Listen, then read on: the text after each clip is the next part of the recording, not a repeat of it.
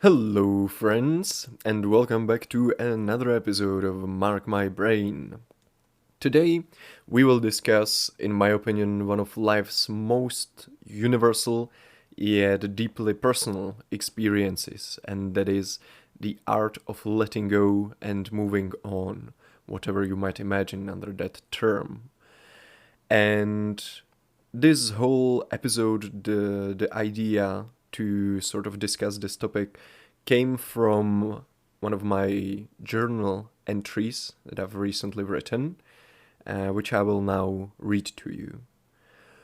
To what degree is moving on a decision versus a result of external circumstances?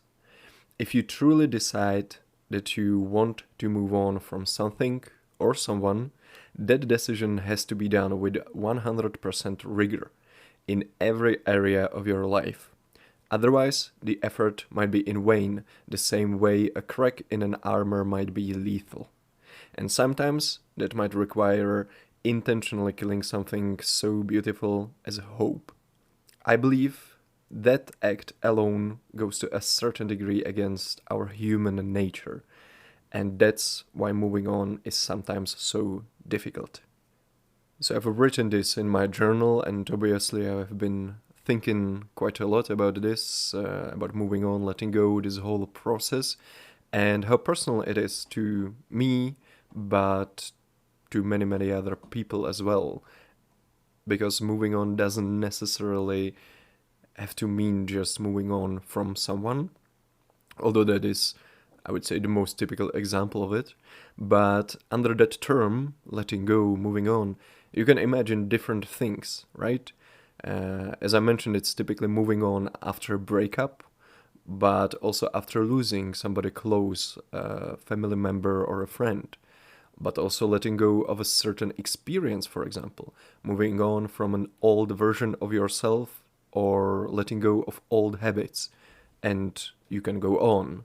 So you can sort of see how that experience is very universal and widely applicable in our life, or maybe widely observable in our lives. And I'd say whether you are letting go of a relationship, a dream, a version of yourself, or even just trying to understand why goodbyes feel like such bittersweet area. In this episode, I want to take a closer look at all of that, as well as hope itself. As I mentioned in my journal entry, I think it's pretty tied to moving on.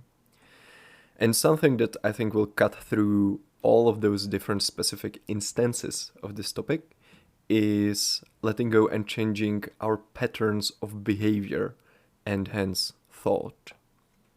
So, today I want to journey through different perspectives on moving on, from the clinical understanding of grief and regret to some philosophical viewpoints and wisdom of letting go, and ultimately to some practical strategies that can help us navigate these challenging transitions.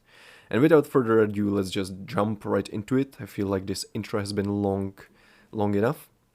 So let's begin with what science tells us about the process of moving on.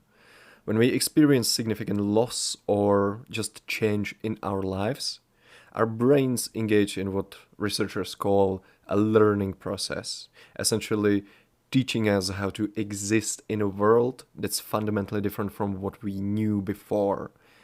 We are suddenly plunged into a world of chaos and need to orient ourselves again. And for example, clinical psychologist Mary Frances O'Connor, who studies grief and loss, explains that grief is a universal experience and fundamentally represents our brain's attempt to adapt to a new reality. I think that's a very important point. And for example, when we lose someone or something important, our sense of identity becomes scrambled because the sense of who we are was sort of tied up or tied with that other person, thing, experience, job perhaps, and etc. And this is why people often say they feel like they've lost part of themselves. Because neurologically, that's exactly what is happening. And if you remember, We touched on this topic in the episode about feeling not good enough in a similar context, right? You lose a pillar of your identity, and that often leads to feelings of I'm not good enough, I'm not doing enough, etc. Because there's this sort of hole in you. And this reaction is something we can very well tie into the next point. Most people are probably familiar with the 5 stages of grief, right? Denial, anger, bargaining, depression, and acceptance. But what I want to specifically mention, what's crucial to understand, I feel like, is that it's normal to move between the stages. It's not a linear process. You might feel angry, then try to bargain, feel depressed, then cycle back to anger, and sort of move between the stages before finally arriving at some acceptance. And even from the point of acceptance, you might sort of slide back into some of the other stages. So it's a process, just describing the different stages, but keep in mind it's not a linear process. So if you are going through something like that, through a change in your life, you are trying to let go of something, move on from a certain experience or certain someone, remember that, cycling between the stages of grief, falling back as it might feel, isn't a failure to move forward. It's just a actual and normal part of the healing process.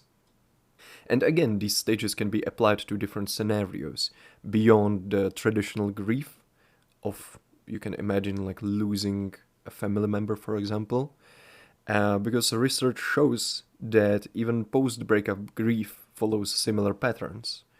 And the stages can be applied to basically any significant life transition where we are letting go of what was and what we hoped would be. And again, hope is an important factor here that we will touch on later. And the key inside here is that these stages help us cope with that change that happened in our lives. Denial, for instance, gives us time to gather support and process information gradually.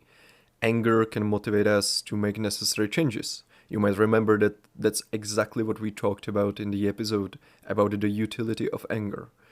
Each stage serves a psychological function, even when it feels uncomfortable. And it can be very uncomfortable. Even research advocates for that because brain studies have revealed that withdrawal of romantic love activates the same mechanisms in our brains that get activated when addicts are withdrawing from substances like cocaine or opioids. And this explains why moving on can feel genuinely physically painful and why we sometimes find ourselves obsessively replaying memories or seeking contact with someone we are trying to let go of. This addiction-like quality of attachment means that moving on isn't just an emotional process, it's a neurological one. Our brains are literally rewiring themselves to function in a new reality, which is why the process takes time and why rushing it rarely works. So take your time, don't feel bad if it's taking longer than expected. If you are moving between the different stages of grief, it's all part of the process and it's okay. Just remember that. And you know that I always like to sprinkle some philosophy in my episodes, and today will be no different. The Stoics, particularly Epictetus, taught a fundamental principle that remains relevant today, that some things are under our control while others are not. And when it comes to moving on, this principle I feel becomes essential. We cannot control what has happened to us, what others do, what others think, or even always what we feel, but we can control how we respond and what actions we take moving forward. And for example, Viktor Frankl, a Holocaust survivor and psychologist, echoed this sentiment as well. You cannot control what happens to you in life, but you can always control what you will feel and do about what happens to you. And the Stoics also believed that much of our suffering comes from the way in which we interpret things, rather than from the things themselves.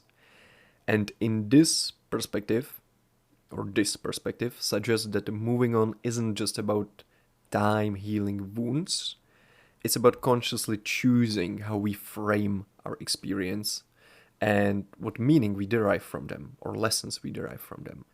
And moreover, another key Stoic principle is that everything is born of change, and basically all universe is changing. And so in order to achieve your goals, your dream relationship, to better your life, things have to change, even though change can be scary sometimes. So in this same manner, you can frame that painful experience as an opportunity to grow, and letting go and moving on as a means to that end. And there's something that other schools of philosophy feel similarly about. For example, existentialist philosophers like Jean-Paul Sartre argued that existence precedes essence, meaning we exist first and then create our identity through our choices and actions. And again, from this perspective, moving on becomes an opportunity for radical self creation. When we lose something that was central to our identity, it was part of our core, again, it was a pillar of our being, we then have the freedom to consciously choose who we become next. And this can be both terrifying and liberating, right? As Sartre noted, we are radically free to shape our own lives. Moving on, then, isn't just about healing from loss, it's about taking responsibility for actions and actively creating the next chapter of our lives, which can feel scary. You know, responsibility always has that sort of scary part to it. It can also even be overwhelming, but ask yourself, what other option do you have? Do you want to dwell in your grief? Do you want to dwell on the negative thought patterns? Or rather, you will make the uncomfortable decision, step into the area of responsibility, and choose your next action and your response to what has happened accordingly. Now, a big part, or obstacle perhaps, of letting go and moving on, at least for me, are regrets. So I want to focus on that as well. Regrets can sometimes feel like anchors, right? Tying you down, dragging you back. But interesting piece of information I learned about regret is that according to studies by psychologists Shai Davide and Tom Gilovich, 76% of people regretted things that they could have done but didn't, while only 24% regretted more things they actually did. So it seems that regrets about inaction tend to be more persistent and painful, perhaps because they connect to our sort of ideal self, who we aspire to be, our ideal identity.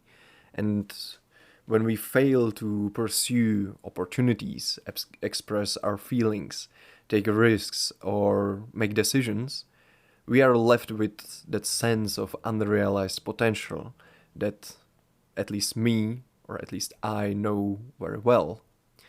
And this can actually get worse with time. In the short term, we are more likely to regret things we did. You know, the harsh words spoken, the impulsive decisions made. But apparently, as time passes, our regrets shift toward things we didn't do. And this shift explains why moving on can sometimes feel like it's getting harder rather than easier. We are not just processing the loss itself, but also the growing awareness of missed opportunities and again, unrealized potential. That's something that resonates with me heavily, for example, and again, sort of goes back to that idea of regret as an anchor, right?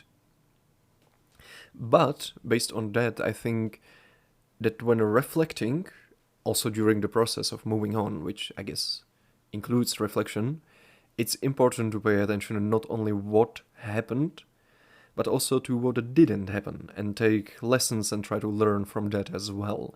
Because as we see, it's the things we didn't do that we usually have regrets about. So, take lessons from that, pay attention to that as well, even though those can often be the things that are sort of unconspicuous at the first look. Because we see mainly what we did, but we regret what we didn't do. So, just something to keep in mind, I think. Something I will definitely focus more on during my reflections. But let's move on from that. Romantic regrets can be especially nasty. According to research, they can literally last a lifetime, which is a scary thought.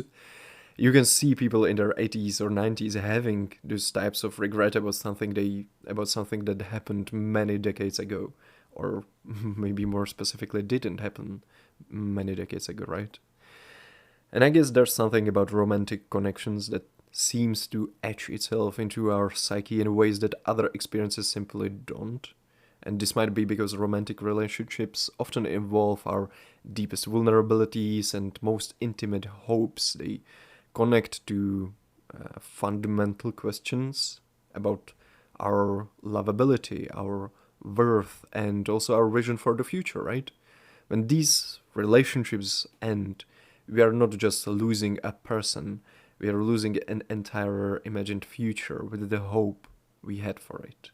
Speaking of imagined future with the hope we had for it, let's move on to that topic and take a closer look at hope itself. To me, hope is one of the most pure and powerful manifestations of human spirit. To be able to march forward and accomplish incredible feats despite all suffering and the world potentially crumbling around us, just because we keep this little flame inside of us lit, is simply brilliant. However, I'm also of the opinion that moving on and letting go sometimes requires the intentional death of hope. Let me explain. Not in a cynical, pessimistic, or even nihilistic sense, but mainly through recognizing when hope becomes a sort of a prison and obstacle of your progress and well-being more than anything else, when it constitutes to nothing more than just banging your head against the wall.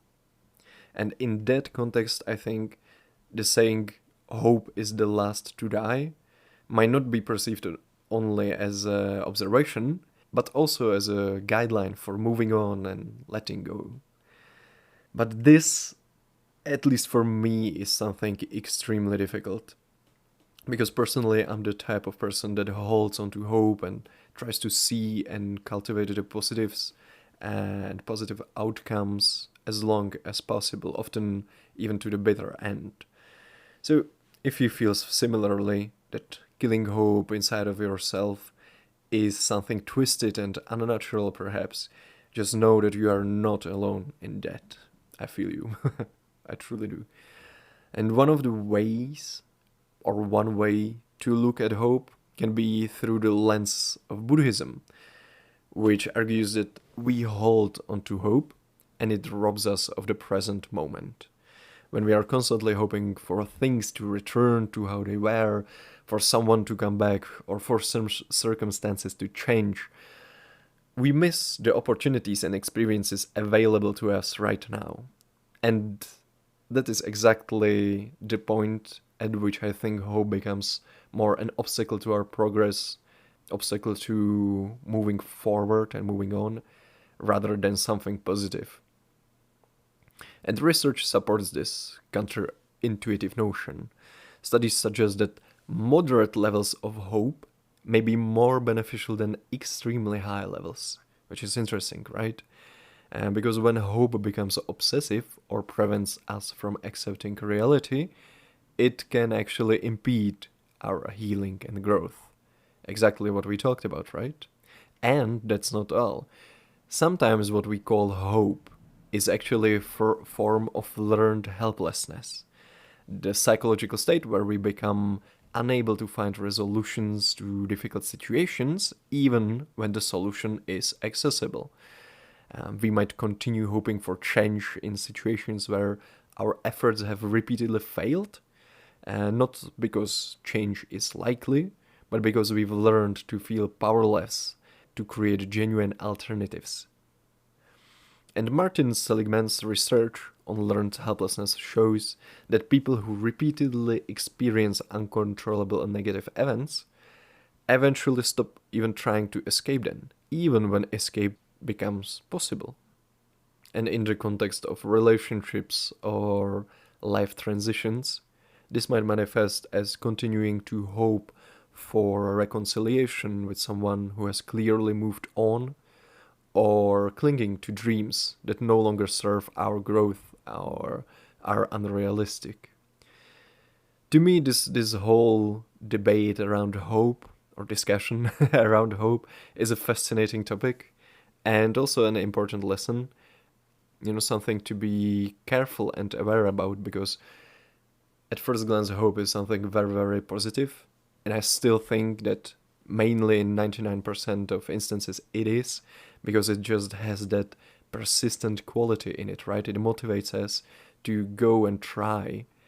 But as we can see, there are also instances when hope can become the obstacle of growth, impede our action, or even lock us into some psychological states of learned helplessness where we sort of become unable to help ourselves or find alternative path forward, even if it exists.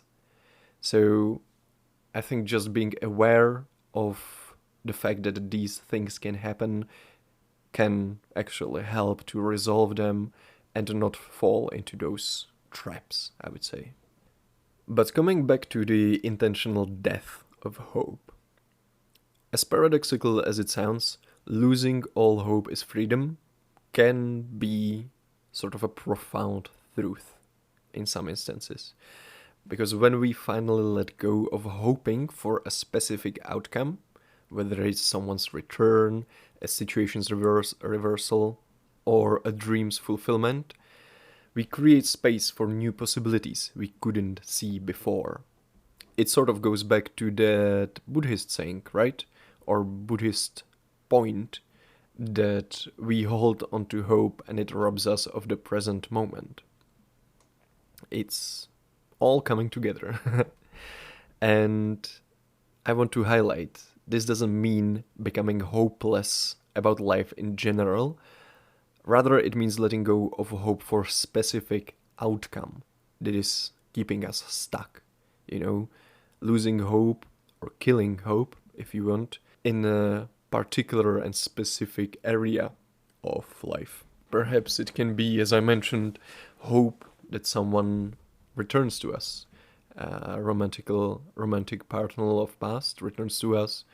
Or it can be hope that we will suddenly win the lottery and our life will be saved. If you cling onto those hopes, you sort of build walls that keep you in one place and you cannot move past that, I would say.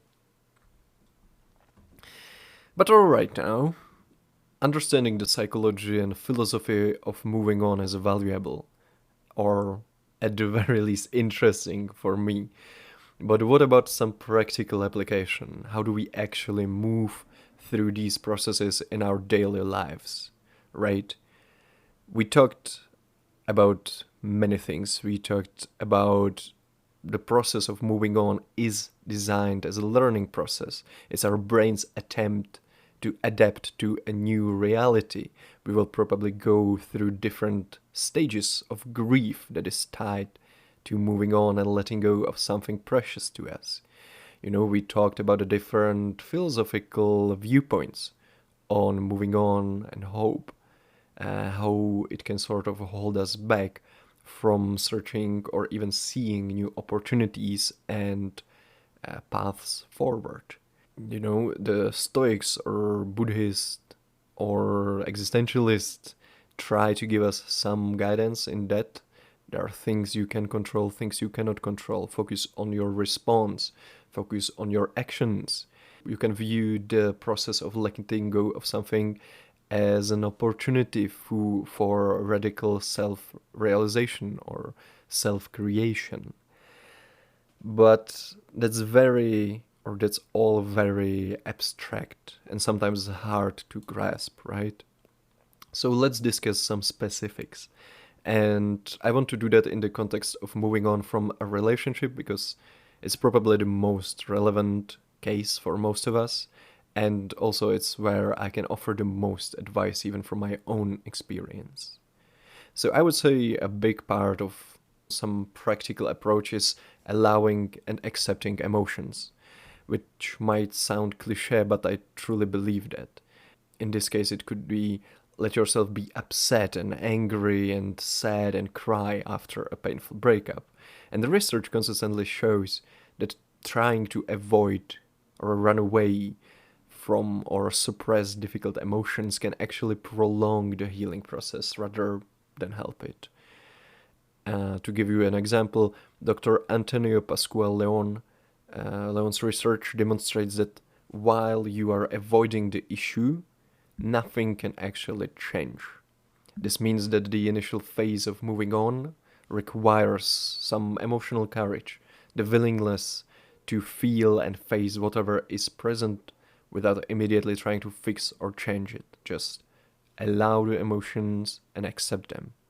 And some practical strategies can even include setting aside some specific time for emotional processing rather than trying to suppress feelings throughout the whole day.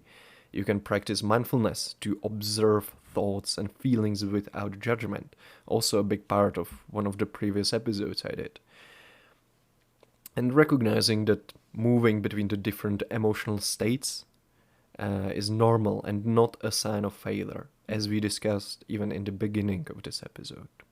So that's one important factor, I would say, allowing and accepting emotions. Another important point is cutting ties and sort of creating space or boundaries. And it can be one of the most challenging but crucial aspects of moving on is, as I said, creating appropriate boundaries with what we are trying to let go of.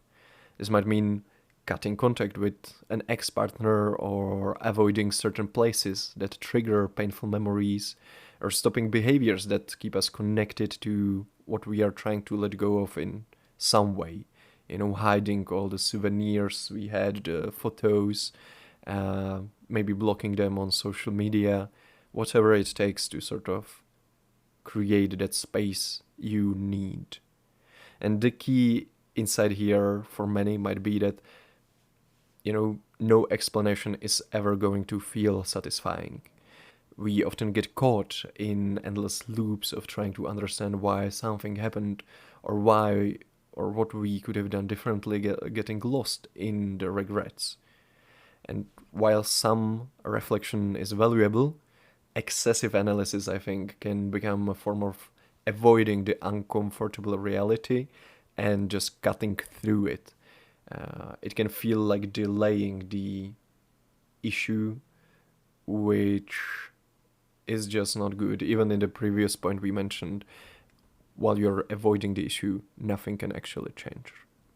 So cutting ties and creating space for yourself is crucial, absolutely crucial. And as I mentioned, it can be done through cutting contact with your ex-partner, in the worst case scenario, blocking them on social media, stop following them, hiding all the souvenirs or photos you have in your home of them, whatever it takes. Third factor, I would say, has to do with rediscovering identity, because as we discussed, big life changes or breakups can lead you to experience a loss of self, of your own identity. Again, that pillar of your being is suddenly missing.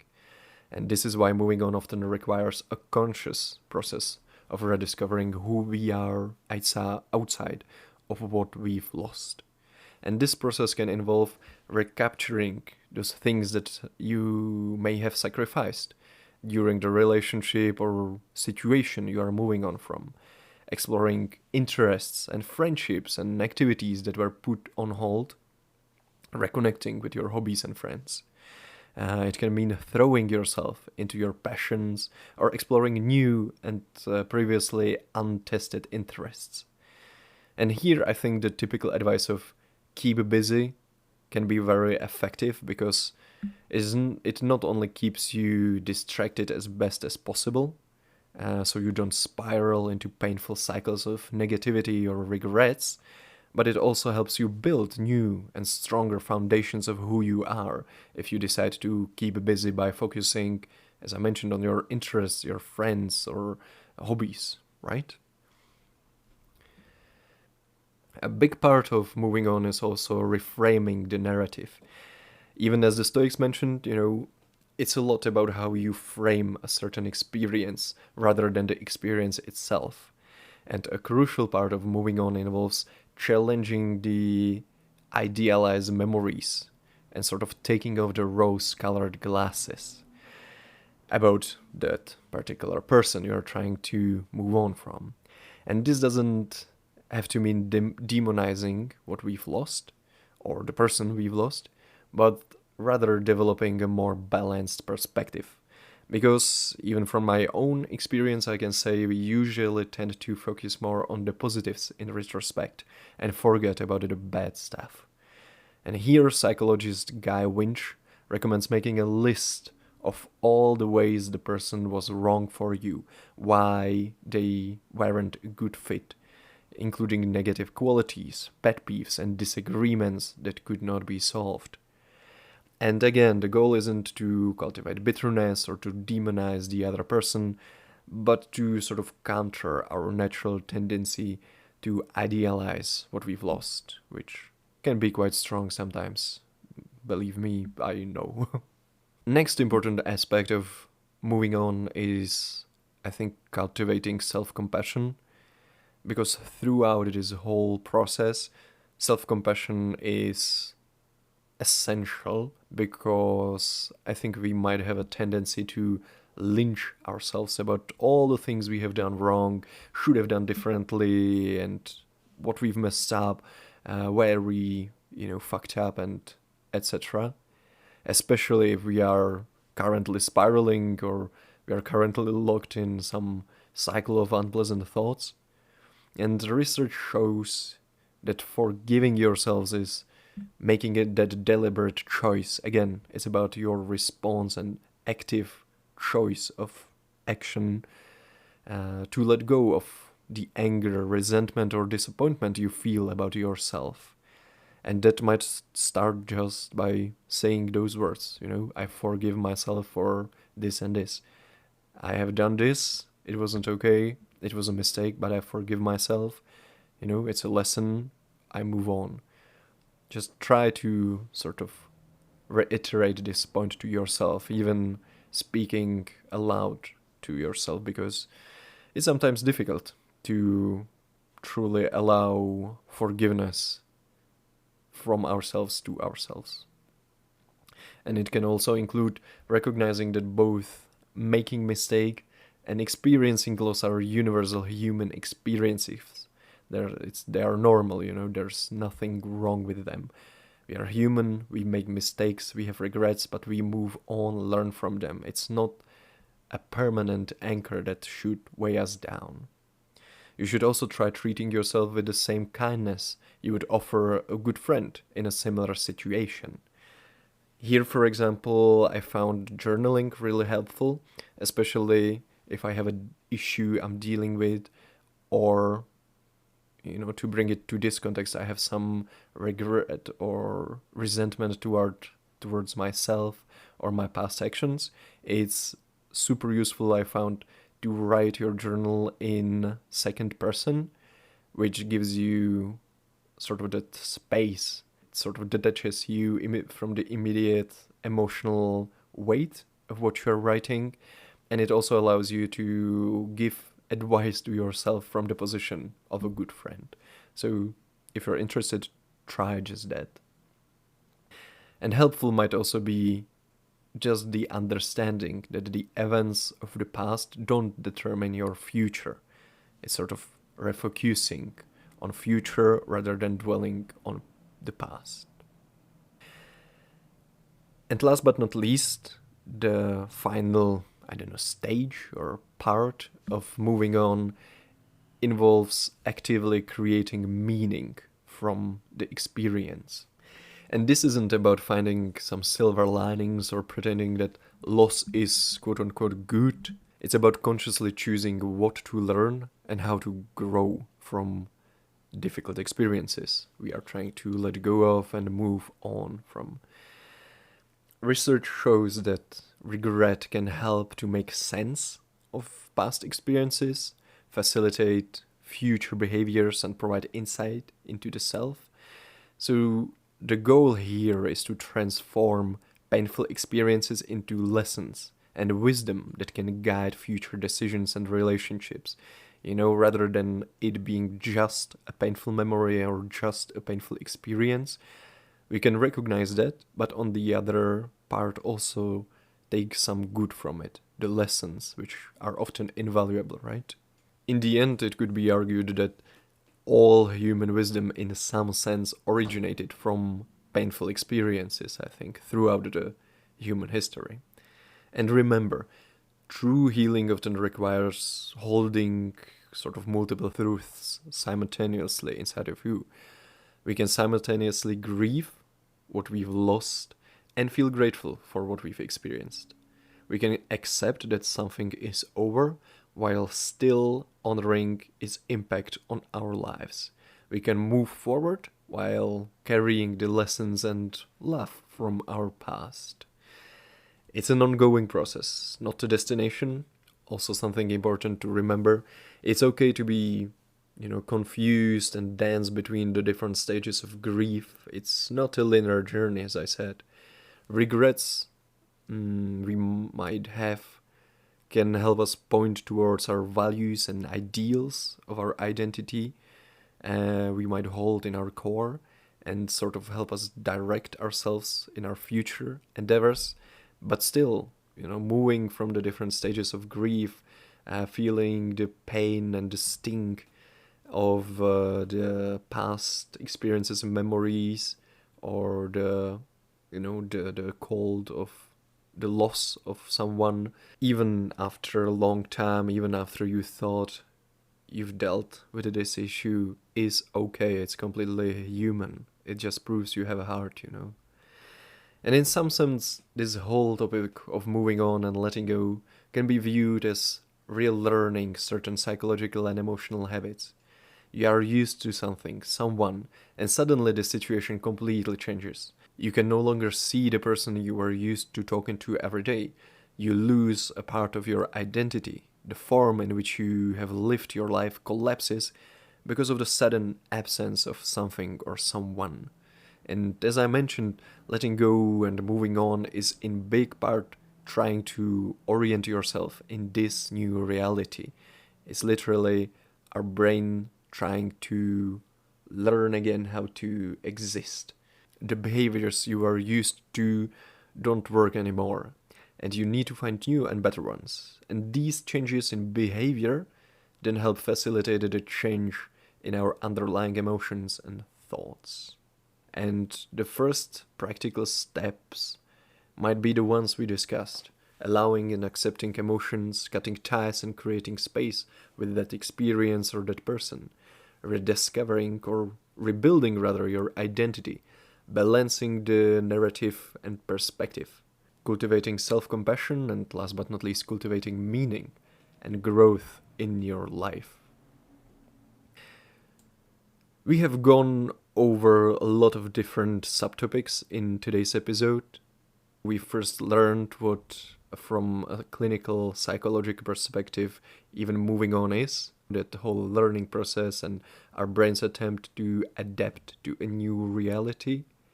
Losing that part of your identity, that it's a big part of letting go and moving on. Different stages of grief and how normal it is to move between them. The fact that the loss of a romantic love can be very painful because it's similar to withdrawal from substances like cocaine or opioids. It's beautiful on one hand, but of course very painful in reality. Then we took a look at different philosophical perspectives, from the Stoics that preach to focus on your response and action, the existentialists that sort of sing the same song, or the Buddhists who argue that the hope we have for something sort of robs us of the present moment.